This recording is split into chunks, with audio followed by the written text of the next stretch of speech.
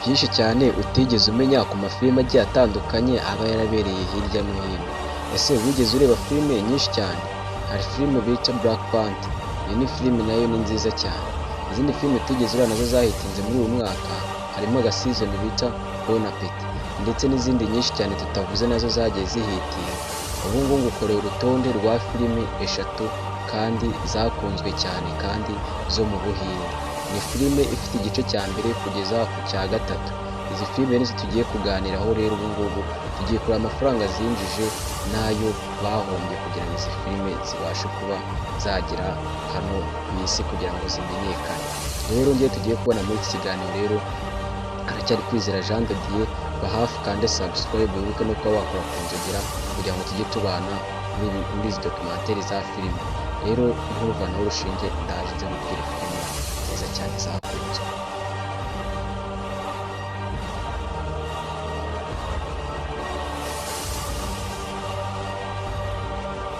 Ushobora kuba wararebye filime nyinshi cyane ariko izo filime ntizikuryohere cyane, ariko hari filime yahitinze kandi yaryoshye kandi ikaryohera abatuye isi bose. Ese iyo filime witeguye kuyibona? Nje kukubwira ibice byayo uko ari bitatu n'uburyo amafaranga yinjije ari menshi cyane muri izo filime guhera ku gice cya mbere kugeza ku cya gatatu. Waba wararebye Krish igice cya mbere? Waba wararebye igice cya kabiri Krish? Waba wararebye icya gatatu Krish? Ibi nibyo tugiye kuganirira hamwe. Rero iyi filime niba yarakuryoheye kanda comment umbwira ati iyi filime yari nziza cyane kandi uranyireba. Iyi filime rero ngiye kukubwira uburyo yashutinzwe, nimara kubikubwiramo ubwire amafaranga yinjije, nabyo nimara kubikubwira umubwire ukuntu Atiku Eshanu yagiye akina ahantu habiri hatandukanye.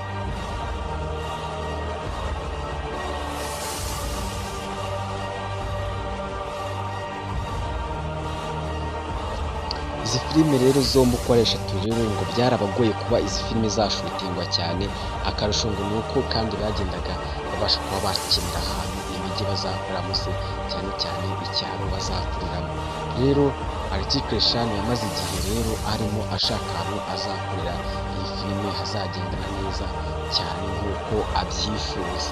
Rero Krish rero bivugwa yuko ko rero kubera yuko ko nyine mu mujyi habaga harimo abantu benshi cyane, ntabwo byabashaga yuko iyo filime bayishutingaga ku masaha ya kumanywa, ahubwo byabaga ngombwa ko bayishutinga abantu bose bavuye mu mihanda baryamye. Kandi ikindi noneho mu gihe bari bari gushutinga bagiye bahura n'imbogamizi nyinshi cyane kubera ko bagiye berekera mu misozi, aho niba wararebye igice cya mbere aho Krish na mama we baba bari mu cyaro. Kubera iki impamvu baba bari mu cyaro rero ni uko ariho Krish abasha kuba yavukira, kuko icyo ngicyo kiba ari igice cya mbere akagenda amenya byinshi cyane byimbitse ku buzima agenda ahura nabwo. Rero byarabagoye cyane kuba bafata ibikoresho bakabasha kuba bajya gushutingira mu cyaro, dore ko akarusho noneho hari no mu misozi noneho ikomeye cyane, ntabwo babashaga kuba bafatira breakdown yabo babasha kuba bayifashisha amashusho, ahubwo byabaye ngombwa ko bazakoresha intoki kugira ngo babashe kuba bakamera iriya filime. Rero niba wararebye iriya filime rero wabonye ko igice cya mbere rero aho Krish aba ari kurwana atabara papa we kuko aba yarafunzwe. Rero bivuga yuko ko rero Atiku Eshanu yagiye yishyira mu myanya ibiri. Hari aho yabanje kuba yakina ameze nk'aho atuzuye, biriya byamutwaye igihe kinini kugira ngo abimenye, byamusabye yuko azajya mu kigo cy'abantu batuzuye akabasha kuba yajya kwiga iriya myitwarire yabo kugira ngo azabashe kuba yabikora neza cyane. Kandi koko niba warabirebye neza wabonye ko yabikoze neza cyane, kubera ko bari bari gukina seni zikomeye cyane byabaye ngombwa yuko ko bazashyiramo n'abana batoya, ariko abana batoya kugira ngo uzabone bari gukina ari ibintu biri seriye, byabaye ngombwa ko bifata igihe kinini cyane barimo batoza abo bana kugira ngo bazabashe kuba babikora nyine ari seriye kugira ngo batazabyica. Kenshi na kenshi rero bakomeje bakina amaseni ku bana rero, ariko abana bikageraho bikabananira bakabyica, babyica rero bikaba ngombwa ko iyo seni bazayisubiramo. Ese witeguye kumenya amafaranga zinjije izi filime zombi? Ngiye kubwira filime ya mbere ayo yinjije, nkubwire n'iya kabiri ayo yinjije, n'iya gatatu, yose tuyahurize hamwe bambwira ayo bungutse. kandi n'ayo bashoye yose turayavugiramo hamwe yose. Igice cya mbere cya Krish cyashowemo biliyoni 1.5. Kigeze ku isoko abantu benshi cyane barayikunze, iyi filime yahise yinjiza biliyoni 16 zose hamwe. Nk'ubu urakuramo biliyoni 1.5 bashoye, wumva y'ubungutse urahita umbwira ayasigaye.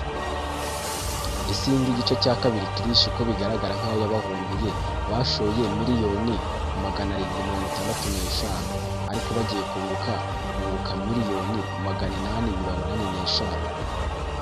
Konforamo yo bashoye wumva yasigaye, bashobora kuba barungutse miliyoni 1 bitewe n'uko iyi filime ishobora kuba yarabahombeye. Bungutse miliyoni 1 y'idolari. Ahubwo reka tujye ku gice cya gatatu. Igice cya gatatu cyashowe kuko ari nacyo cyakunzwe cyane kandi kikaba cyarashowemo ibintu byinshi cyane bijyanye na siyanse, cyashowemo biliyoni 16. Kigeze ku isoko abantu baracyishimira cyane, bamaze kuyishimira cyane ibasha kuba yakuka biliyoni 236. Baramo biliyoni 26 bashoye, wumva yasigaye nayo bungutse. Uteranyirije hamwe amafaranga yose bungutse aka kanya wakumva karangaye. Yandike muri comment umbwira ati bungutse amafaranga ya n'aya ngaya, kugira ngo nanjye menye gufatiza ifatizo y'amafaranga bungutse. Igihe twabanaga muri iki kiganiro aracyari Kwizera Jean de Dieu. Reka mbabwira ati mukomeze kugira ibihe byiza kandi mukomeze kugira n'umwaka mwiza abantu mwese. Reka mbabwira ati naho ubutaha. Wowe utarakanda subscribe ni byiza cyane aka kanya kuba wayikanda, bikabasha kuba byazakubera byiza kugira ngo ujye umenya ibyegeranyo by'amafilime dusohoye kandi n'izindi nkuru zigiye zitandukanye.